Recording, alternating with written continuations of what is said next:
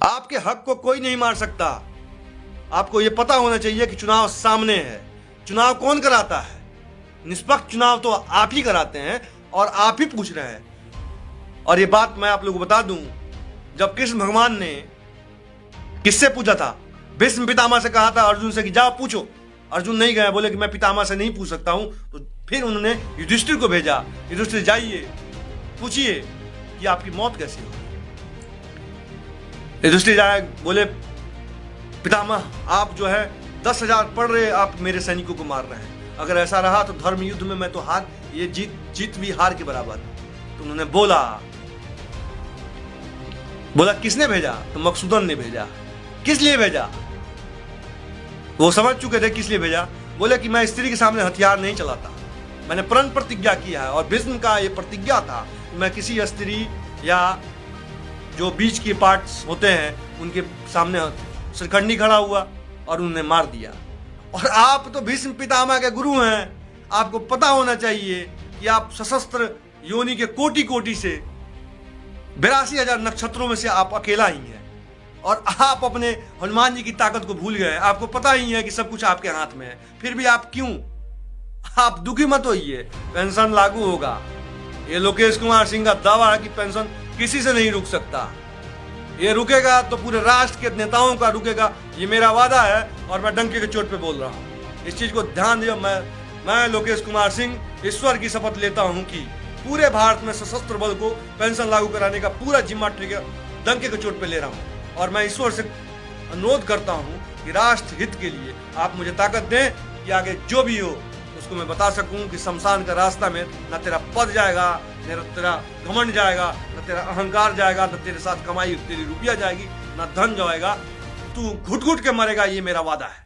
और लागू होगा, जो मेरे रास्ते में आएगा वो चाहे कोई भी हो, मैं उसको छोड़ूंगा नहीं। स्पष्ट है। राष्ट्र हित के लिए जब मैं 5 साल देश के लिए 5 साल अपने माँ बाप को त्याग के, घर परिवार को त्याग के, समाज को त्याग के मैं जब लग गया तो लग गया, इसमें कोई दो राय नहीं। मेरे रास्ते में जो रोड़ा आएगा मैं उस रोड़ा को उठा के फेंक दूंगा, कोई क्यों ना हो। साफ स्पष्ट है।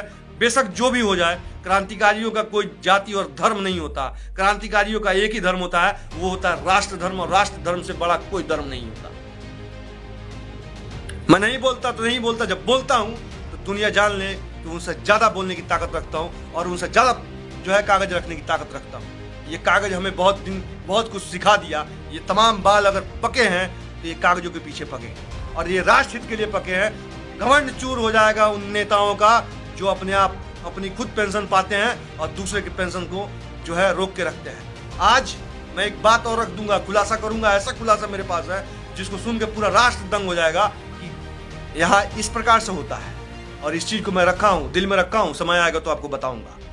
और उनको भी जवाब मिलने वाला है जो लोगों के पास मैंने हाथ जोड़ के विनती की थी कि साहब पेंशन लागू कर दो, और मैंने उस चीज को बखूबी कागज में दिया था। मुझे ये बोला गया कि टाइम नहीं है। मैंने बोला मैं कोर्ट जा रहा हूं। बोला जाओ। आज वो बेचैन थे, सीढ़ी उतर रहे हैं, चढ़ रहे हैं रोज, और उनके चक्कर में मैं रोज उनके पीछे लगा हूं। मैं आपको बता दूं, रोज जाता हूं और पता करता हूं कि क्या सुप्रीम कोर्ट गए कि नहीं गए। मैं रोज जाके पता करता हूं, और मेरे घर से 30-40 किलोमीटर है। ऑन ग्राउंड की रिपोर्टिंग मैं आप लोगों के बीच में रखता हूं कि कहीं आपको दुर्भाव और गलत मैसेज तो ना दे दिया जाए। मैं जानता हूं आपकी उम्मीदें मैं जानता हूं कि आप मेरे भाई हैं।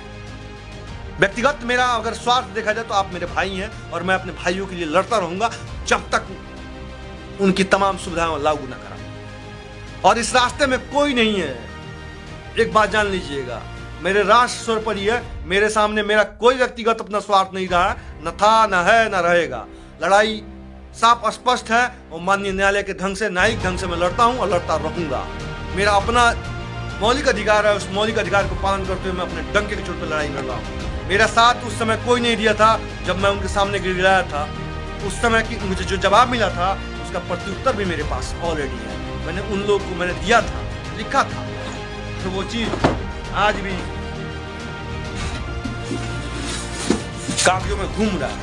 ये फ्लैग ये बताया है कि आपको पढ़ना क्या है और आपको बोलना क्या है। ये फ्लैग ये बता रहा है कि राष्ट्र में क्या चीज सर्वोपरि है और उसके लिए किस लिए है। ये तमाम कागजे ढूंढने में मैंने अपने आप को खपा दिया। क्योंकि मैं जानता हूँ कागज बोलता है, इंसान नहीं। इस देश में कागज ही बोलता है।